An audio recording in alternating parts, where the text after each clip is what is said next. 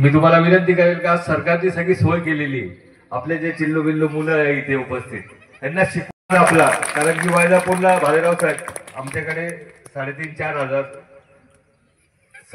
आपल्या मराठवाड्यात अन्न असं मराठवाड्यात नसेल असं आम्ही वैजापूर सुधारणा व्हायला पाहिजे तेवढी होत नाही. आज आपण बघतो का सगळ्या सोयी आहे आपल्याला. आज आरक्षणाच्या बाबतीत बोलायचं तर वर्गीकरण करणं पण तुमच्या समाजाकरता गरजेचं आहे.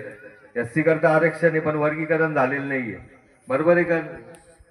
वर्गीकरण झाले तर मुलांना नोकऱ्याचा अजून संधी वाढेल, कारण की शिक्षण आपल्या समाजात थोडं कमी आहे, व्यसनाचे जास्त अधीन आहे.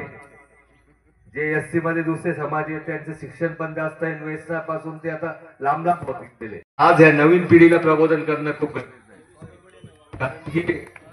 नवीन पिढी शिकली तर शिक्षण हे वाघिणीचे दूध आहे.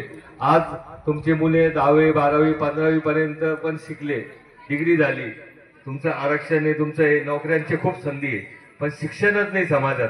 म्हणून आज ठीक आहे आपण धंद्या पाणी मेहनती खूप समाज आहे, धंद्यामध्ये पण आता आमच्या वैजापूर शहरात छोटे मोठे धंदे जसं गॅरेज असू द्या, सायकल रिपेरिंगचा असू द्या, छोटे मोठे धंद्यात आता भरपूर मुलं येऊ लागले. पण त्याच्यापेक्षा जर नोकरीत आले तर खूप चांगलं राहील. म्हणून माझी सगळ्या माझ्या लाडक्या बहिणींना विनंती राहील का मुलांच्या शिक्षणाकडे, तुमचं शिक्षण झालं नाही पण मुलांच्या शिक्षणाकडे द्या, तुम्ही थोडे जास्त कष्ट करा.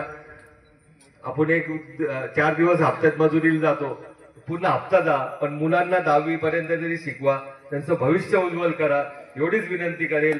खरं म्हणजे एवढीच आदरांजली खऱ्या अण्णाभाऊ साठेंना होईल इथे हे केलं तर. पुतळे बसवतो पण आपण पुतळे बसून, माझा विरोध नाही पुतळ्या बसायला, पण त्यांनी जे शिकवण आपल्याला दिलेली आहे ती शिकवण आपण घ्यायला पाहिजे. आज किती गरिबीतून त्यांनी एवढं मोठं आज पूर्ण जगात नाव केलेलं आहे.